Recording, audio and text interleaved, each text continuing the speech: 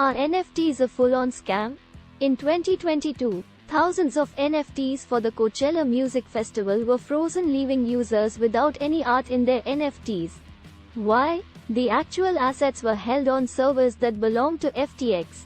This is a problem with NFTs as a whole and not just ones connected to Solana and FTX. It's a bug in the system while we bridge the gap between Web 2 and Web 3. Is there a solution? Or is this the Achilles heel for NFTs? And I wonder if Filecoin has anything to say about it. Let's get it. Imagine you spend your hard-earned money on an NFT. The next week, you are at a family dinner and someone asks you about it. With a big grin, you bust out your phone, you go to your crypto wallet, you go to show off your NFT, and it's blank, or worse, gone. This is a fatal flaw of when things are left on centralized servers, such as Amazon Web Services, Microsoft, or Google. When things are on centralized servers, you are not in control. If things black out and go dark, you have no say. If things get censored, you have no say. These servers, as convenient as they may seem, are controlled by big tech companies with their own rule book and their own agenda. As controversial as the social media platform Parler was, this is what happens when you stand on the wrong side of the fence in the eyes of big tech. You could love Parler, or hate it, I'm indifferent, but the point here is, if they weren't on and censored by a centralized exchange, it would still be up and running today. Let me explain why decentralized servers are far superior than their centralized counterparts. 1. They are more resilient.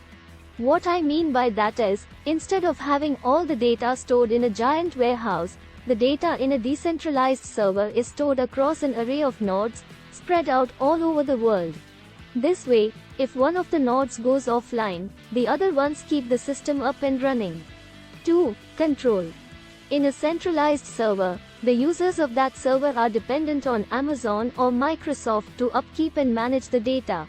In a decentralized server, the users have the control, and they get to decide who upkeeps and manages what.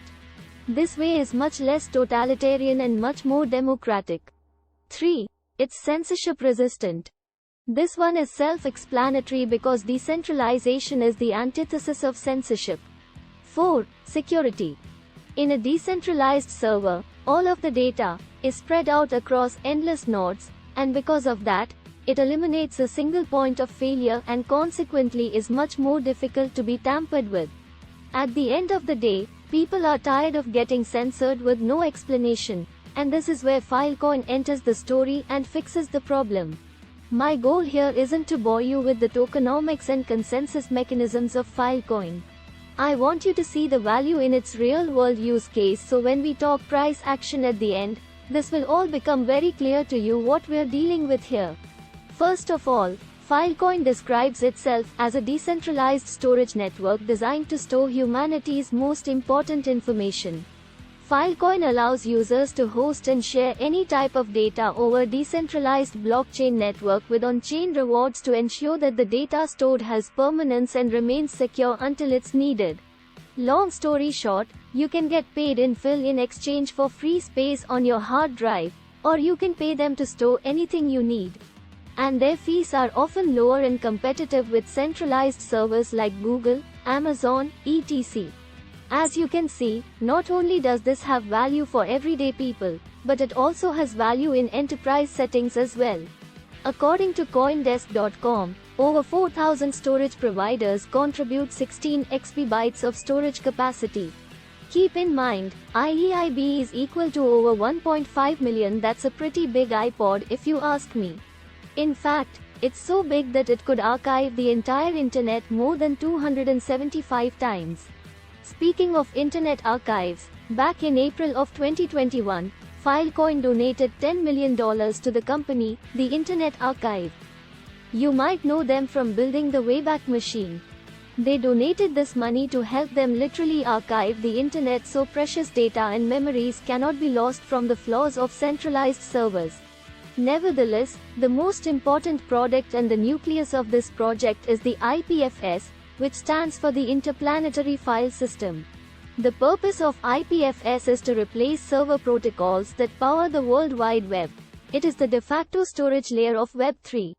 All of the current web content you access on the regular is controlled by centralized servers, which are more susceptible to outages and the influence of different parties with deep pockets and their own personal interest in place. The IPFS relies on central nodes rather than centralized servers.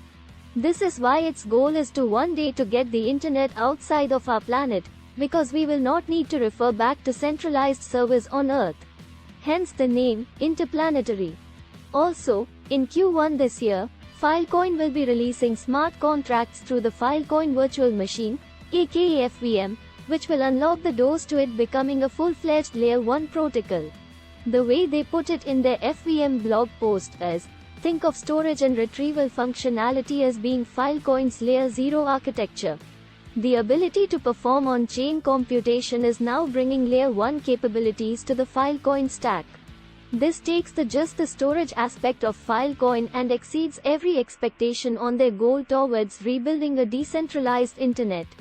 The new use cases this opens up is just mind-blowing.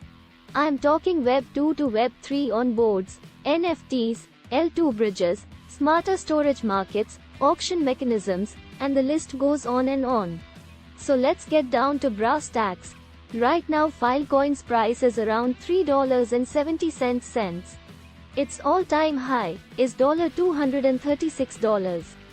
So if Filecoin was to go back to all-time highs, we're looking at a little over 63x. That's right, you heard me, a 63x. Imagine every dollar bill in your pocket becoming a $63 bill. I'm not saying this will happen every night. And yes, like many other coins, the fill supply slowly inflates, but you also have to keep in mind, it has deflationary mechanisms too because fill is burned to pay for network fees, and it's burned when a storage miner's stake is slashed. Regardless on how much money you could make with Filecoin, this is what I want to leave you with. Moon math aside, Filecoin's mainnet is strong and offers more space than any other decentralized storage platform out right now. And this is before the